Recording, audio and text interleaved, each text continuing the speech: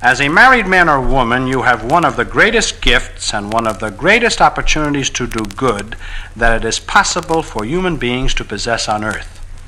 In your sacrament of marriage, you have a vocation from God, a special call by Him to you and your mate to serve Him together in a holy sacrament until death. He assures you, as the Church states in her marriage ritual, the greatest measure of earthly happiness that may be allotted to man in this vale of tears, as well as happiness with each other and your children in heaven forever.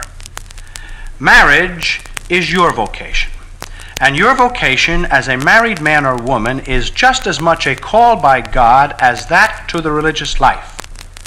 How noble that married life of yours is can be measured by the realization that God has created for you a unique human relationship. God chose to create man and woman, and He decided that these two in marriage should complement each other, that the weaknesses of one should be offset by the strengths of the other. Every man, therefore, is made different from every woman, and every woman very different from every man. These differences are emotional as well as physical. They are reflected in the different approach to many questions which arise in marriage. These differences were created because God expects the man and the woman to perform different functions in marriage. He intended man to be the head and woman the heart of the home. Few statements can trigger a hotter discussion than the assertion that man in marriage should be the head of his family. Even when the American wife finds a great deal of satisfaction in doing what comes naturally, clinging to her husband, depending on him, and deriving much comfort from his strength, she is likely to reject his leadership if only in the name of Susan B. Anthony. It is well to remember also that the American male, while flattered by the suggestion of marital preeminence, is too often frightened by its responsibility and quite willing to have the little woman take over. Young American couples, echoing the cliches of popular magazines, may say that marriage is a 50-50 proposition, whatever that may mean. Actually, marriage, if anything, is a 100-100 proposition, the union of 100% man and 100% woman. St. Paul was only passing on traditional doctrine, indeed wisdom, when he said, "Man is the head of the woman as Christ is the head of the church." All of man's natural aggressiveness, his masculine brawn, his logical mind make being head easy for him. And what is more, nothing gives a man greater satisfaction or a sense of fulfillment than a realized sense of his own importance. Men want recognition and they thrive on it. And the natural instinct in marriage for man is to be head. If a man abdicates the masculine role in the family, he feels guilty. If he is denied it, he is resentful. Now, nothing like this is natural to the woman. If she is aggressive or domineering, it is because she has been made so, and this is not good. Two egotists do not easily make a harmonious pair. By virtue of her natural endowments, the woman provides the devotion, the self-sacrifice, and the tenderness in the family. No man, no husband that I've ever met, can be as dedicated to human beings, even to his own flesh and blood, as his wife can be. And her contentment comes from giving herself to husband and to children, not in bossing them. Mrs. Dwight D. Eisenhower once stated the gentlewoman's viewpoint. "Is it worth it," she said, "to have my own way about this? What am I gaining anyway if Ike would rather have it some other way?" The whole success of your marriage, then, will depend upon your recognition of the fact that its purpose, apart from the love that you give each other, is the bearing and the rearing of children. And once you make this purpose your own, you accept one of God's greatest gifts, a share in His creative and redemptive power. The Catholic, therefore, views marriage not only as a union of man and woman for the purposes of procreation, it is much more.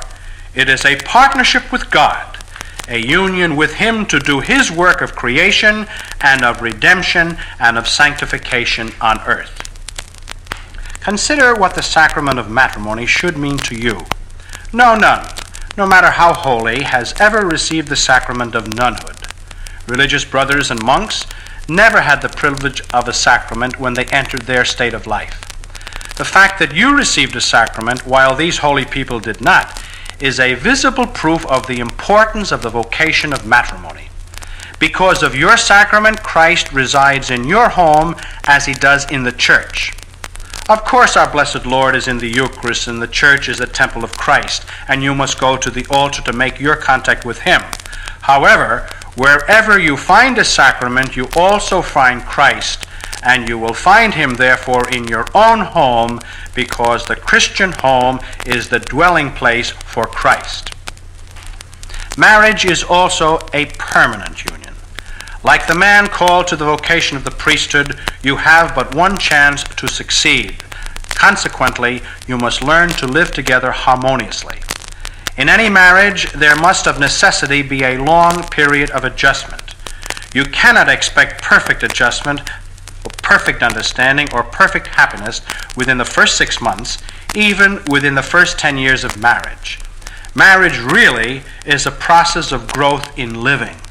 But if you bring to it the proper ideals of heart and mind, a willingness to understand and to sacrifice, your adjustment will improve with every year. Therefore, the whole essence of marriage is really your common life. There is no such thing as independent living. You must give yourself, and give yourself gladly, if your marriage is to succeed. A second necessary consideration is commitment. You must commit yourself completely to each other and commit your union to Christ. In brief, your commitment must be total. And when you do so, you cease to have a private life outside of your marriage. The husband's interest becomes his wife's interests. Her friends are his friends. Her hopes and fears become his hopes and fears. Your commitment is not only to your mate, but also to your children. You cannot hold back on the loving care and attention you give them. You accept the responsibility for their upbringing in its entirety. The consecrated husband and wife walk through life with their eyes on the skies and take their burdens in stride. They see God in each other and in their children, and they seize the chance to serve God in many ordinary ways throughout each day. In marriage, they have consecrated themselves to the service of the eternal God. There are 3 keys to mutual love and happiness in marriage. Let us now examine these 3 requirements in detail. First, there is understanding. Few of us really understand the full extent of the difference between men and women. Men and women have life interests that are entirely different. They think in a different way. They react very differently to various emotional and physical stimuli. So that the man who expects his wife to handle household affairs as he handles his affairs at the office is expecting the impossible. And the woman who expects her husband to react as she does to the cry of a child overlooks the fundamental differences between herself and her husband. There would be very little conflict in marriage arising from misunderstanding if spouses talked with each other gently but honestly. You cannot understand, and you'll never accept, what you do not really know. And since husbands and wives are not mind readers, understanding can begin only with conversation. John Warren Hill, a justice of the Domestic Relations Court of the State of New York, expressed it this way: if you have a real or an imaginary grievance, complaint, or even suspicion against your mate, talk it out. If you are becoming more and more irritated by a persistent action or habit, talk it out. If you are unhappy about something that is or is not being done, talk it out. This represents good advice. Most of the time, talking not only will remove the grievance, but even when it does not, the satisfaction of getting that complaint off your chest will be its own reward. Early in marriage, every young couple should learn the art of communication. Learn to tell your mate about your defeats as well as your victories. Now, the second key to abiding mutual love is contained in the word acceptance.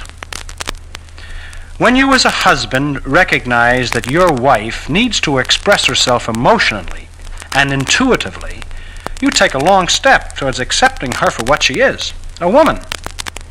When you as a wife recognize your husband's need to express himself forcefully, sometimes boisterously, you accept him for just what he is, a man.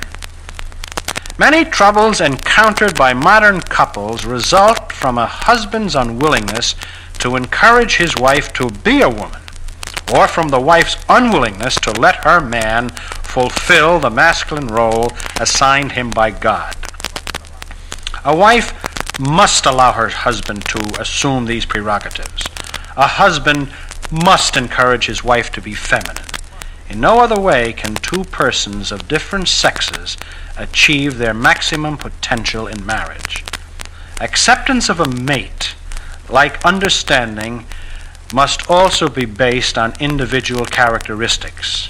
And another word for acceptance is loyalty. Your mate deserves your loyalty at all times. Sometimes wives or husbands emphasize one quality in which the other does not compare favorably. If this you do, you fail to accept your spouse. You fail also to provide one of the most important ingredients of a happy marriage. The third key is inspiration.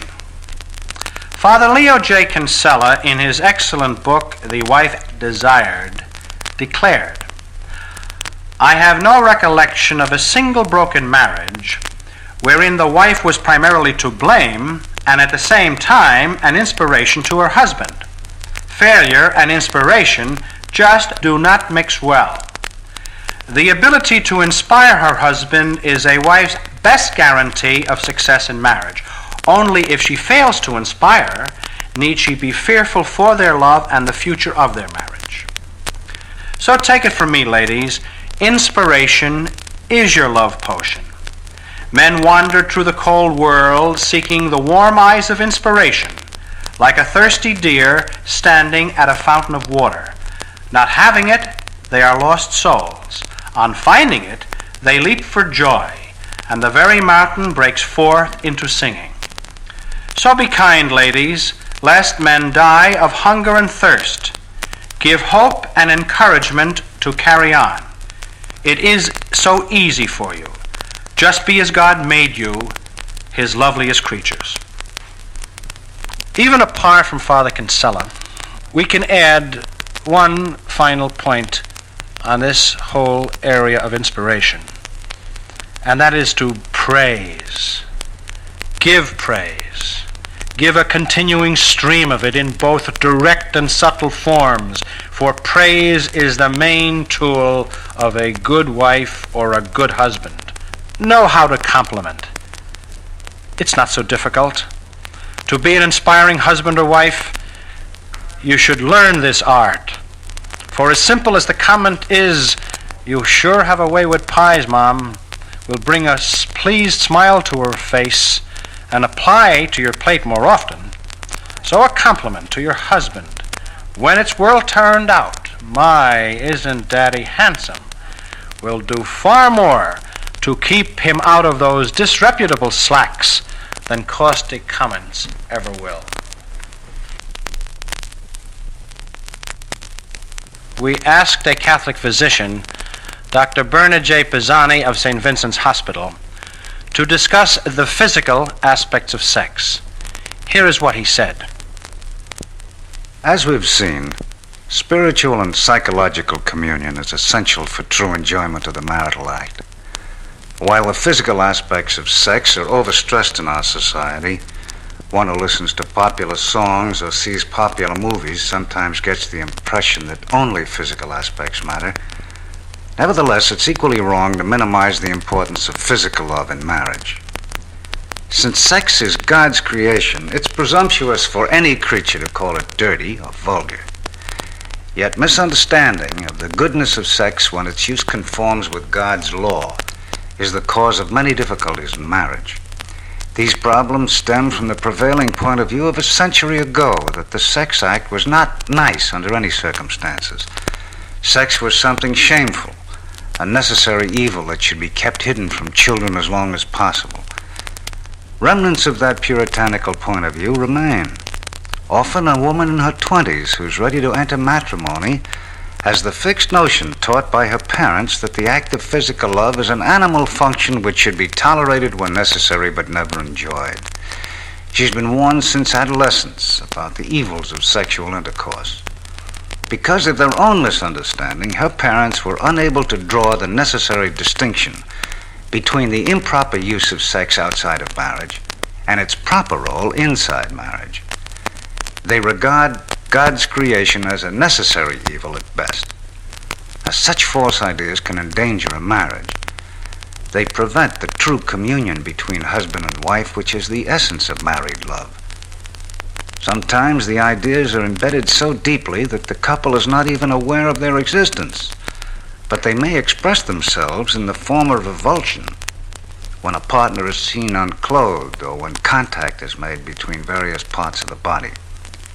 Couples married many years may still hold this puritanical view of sex, for attitudes implanted and held over a period of years can be changed only with great difficulty. If you can't bring yourself to accept the truth that the union of bodies in marriage should sublimely manifest the union of heart, mind, and soul, it may help you to reflect that the marital act was the means God ordained for the creation of every human life, of every saint in history, of your own parents and loved ones. In rejecting this puritanical view that sex is bad, we must also avoid the opposite extreme commonly held by modernists, that sexual indulgence has no limits or responsibilities. The best way for you to achieve mutual satisfaction is to inform yourself of the physical aspects of the act and to apply that knowledge in your own relaxed and spontaneous way, keeping foremost in mind the emotional and physical needs of your partner. Husbands and wives often fail to understand that by their very natures they approach the sex act differently. The man is more easily aroused. He requires little direct stimulation to create an interest in the sex union. In fact, he may feel desire as the result of the very sight of his wife, or the smell of her perfume, or of the toss of her head, even a glance that's warm and affectionate. His wife responds more slowly and is affected by a different type of stimuli. Tenderness, gentleness of touch, and consideration by her husband are of paramount importance. Whereas his arousal is more often achieved by physical stimuli, hers is achieved by emotional ones as well. A husband generally may be stimulated to desire intercourse at any time of day, week, or month, even at times when he's ill. His wife's desire, on the other hand, tends to be affected by cycles. Her responses depend to some extent upon the balance or interplay of hormones in her system. And as these vary at different stages of a menstrual cycle, her desire rises and falls accordingly. Many women have a more powerful sex urge on the day preceding menstruation than at any other time. Others reach a maximum intensity of desire immediately after menstruation. Still others desire marital relations most keenly during their period of ovulation, about midway in the cycle. These differences are sometimes difficult for married persons to understand. For example, often a husband does not realize that his wife approaches the act not in the physical way that he does, but emotionally. Her desire may have its beginnings hours or days before.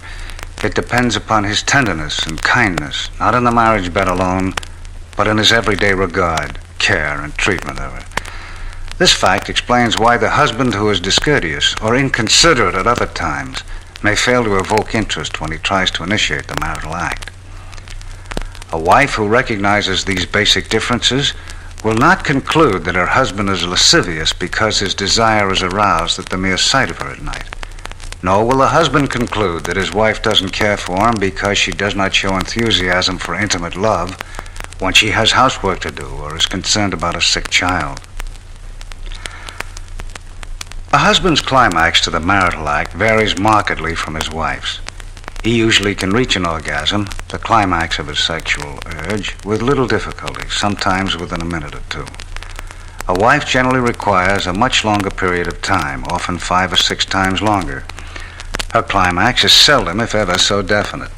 Depending upon her mood, she may feel virtually no relief of physical tension, or she may experience a tremendously moving orgasm. Few wives experience a climax of the latter type every time. Their very natures enable them to gain emotional and physical satisfaction from the union with their husbands, and they do not need to experience a climax each time to be well-adjusted sexually. The notion that a wife must always achieve an orgasm is mistaken. The wide variety of responses of which she is capable precludes the probability that she'll achieve the maximum response every time. Actually, if the act relieves tension and helps promote relaxation and a sense of oneness with her husband, it can be said to provide satisfaction. A final area of difference is the way in which wives and husbands react after coitus is completed. The husband is actually engaged in physiological exercise and may desire to sleep immediately. A sensitive wife may regard this normal reaction as an indication of her husband's lack of interest in her once he's achieved his own personal satisfaction. She often feels a need for continued expressions of affection after the union, and she cannot understand why the ending should be so abrupt. An understanding by the husband of his wife's needs and her recognition of his normal physiological reactions will help to bring the act to an affectionate and mutually satisfying end. Some husbands err by thinking that because they're married, they can proceed with intercourse as an automatic process. An approach based upon purely physical considerations is completely ineffective in winning the desired response from the wife. Many authorities maintain that the art of courtship learned in the days before marriage must be cultivated to a high degree for the rest of your life. Acts of loving kindness shown to your wife in your kitchen or living room will have their happy fulfillment in lovemaking, for the act of union is not something that a woman sets apart. However, because of the slowness with which even the loving wife responds to physical stimuli, it's both desirable and proper for her husband to try to arouse her desire. He'll do this not only by creating a suitable emotional atmosphere, but also by recognizing and making use of the sensitive zones of his wife's body. These erogenous zones are specific areas which, when stimulated, arouse a growing sense of desire for intercourse. In women, these zones may be located in and around the breasts, the tips of the ears, the palms of the hands, the inside of the thighs, the clitoris, a small organ located at the upper part of the vulva, or opening to the vagina. When these areas are stimulated by means of gentle caressing, fondling, or other contacts, the wife normally responds with an increased sexual interest. The male also has erogenous zones located primarily on the insides of his thighs, the groin, the underside of the scrotum, and in his penis itself. When a husband's excitation comes more slowly than that of his wife, it may be desirable for her to stimulate his erogenous zones by contact. The husband also needs emotional encouragement. When he spares no efforts in his attempts to be gentle and considerate of his wife's needs, her failure to respond affectionately may cause him to become discouraged and ultimately to lose interest. Even if she doesn't feel strong desire, it will reward her to welcome and encourage her husband nonetheless. By dwelling on the pleasures which he seeks to provide, she may soon overcome her inhibitions and discover the joy that's possible in sexual fulfillment in marriage. Any physical stimulation which has as its objective natural intercourse, consisting of the deposit of the male semen into the female vagina, is morally permissible. In the interest of mutual love, however, such stimulation should never offend the sensibilities of either partner. A thoughtful husband seeking to please his wife will encourage her to make known her individual tastes and needs to him. In a natural, frank, and affectionate relationship, she'll feel no sense of impropriety in telling him which of his actions induce her greatest sense of desire. What are the partner's rights in marriage? The frequency of the marital act and the specific times when it's performed should be decided by mutual agreement as much as possible. Ideally, the best time is when both partners feel a spontaneous desire. With experience, you'll come to know when your spouse will be most disposed to the physical act of love. If possible, you should try to gear your own desires to those of your mate. The marital act can be engaged in at any time, provided that no deliberate attempt is made to prevent conception. While intercourse during the menstrual period is morally permissible, most wives object to it then for sanitary reasons, and the considerate husband will respect his wife's wishes in this regard. For the sake of harmony in the marriage, it should not be necessary for the partner desiring intercourse to insist upon his or her right. Since by his very nature it's more difficult for a man to be continent, his wife should readily consent to his request in a spirit of active love. She should not merely tolerate him, but should show by her responses that she welcomes his advances and appreciates the opportunity to demonstrate her affection. There'll be times, of course, when she'll be unable to respond enthusiastically. The mother who's lost several nights' sleep caring for a child who's ill or recovering from illness, or who grieves over the death of a relative or friend, may not find it easy to develop the mood necessary for satisfactory relations.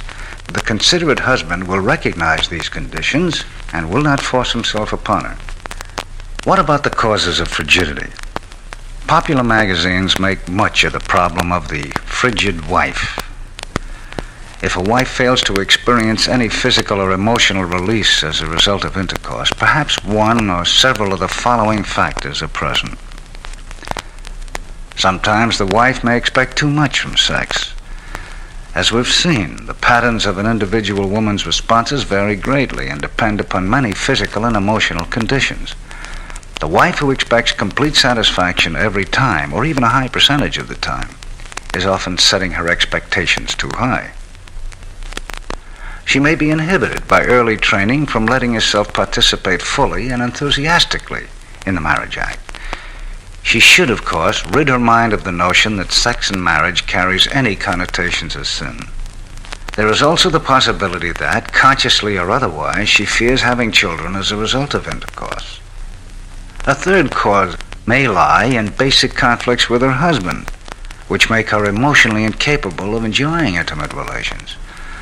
A wife who suspects that her husband may be developing an interest in another woman may find herself unable to participate fully in the act. A wife may become so concerned over her husband's excessive drinking that she's unable to relax in his presence. Basic conflicts over money, relationships with in-laws, and other matters may produce the same result. Also to be considered as possible causes of a wife's frigidity are lack of understanding and consideration by her husband, or her failure to express to him her needs and desires. These failures may result from improper early training or from a breakdown in communication between husband and wife after marriage. Doctors state emphatically that almost all cases of women's failure to respond warmly in the marital act can be successfully treated, given time and patience. First, the wife should discuss the problem calmly and frankly with her husband. She may find it necessary to revise drastically her thinking about the entire matter of physical intercourse. The husband likewise may find it necessary to revise his attitudes. Instead of regarding the act merely as a means of relieving his own tensions and as something to be concluded as quickly as possible, he must learn sometimes that his obligations to his wife are far-reaching and meaningful. Together they must seek to remove causes of friction in everyday living which create mental and emotional blocks and prevent the wife's healthy and normal participation. Male frigidity is also said to be a growing factor in modern life. This frigidity is more properly termed impotence. Doctors state that male impotence usually has a psychological cause. The impotent husband may believe that sex is not something enjoyed by nice people. Possibly his wife has permitted herself to become unattractive to him, or has rebuffed his advances so often that he's given up trying. When the cause is psychological, psychiatric treatment may help relieve the condition. When the cause is physical, impotence may be treated with varying results by the administration of male hormones. From what we've said about the physical factors in the marriage union, it will be seen that marriages do not fail because of improper sex adjustments as such, but because of selfishness, lack of understanding or consideration, or other emotional defects on the part of the two persons involved. In seeking a more satisfactory physical relationship, therefore, a couple should first look to their spiritual and emotional communion. Where there is true love, motivated primarily by the spirit and not by the flesh, the physical relationship almost always will be satisfactory.